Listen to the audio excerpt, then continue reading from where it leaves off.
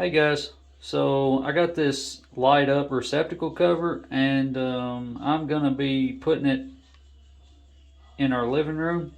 All you gotta do is remove this one center screw from your old cover and snap it onto your receptacle and then put the screw back in and it'll power right up. Well, there it is, guys. Got it installed. All I had to do is change that screw and pop it on.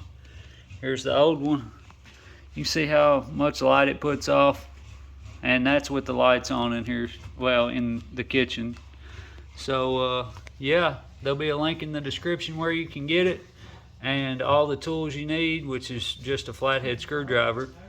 And make sure you like, comment, and subscribe for all our future videos. And there's what it looks like at night, guys. Hope y'all enjoyed and have a great day.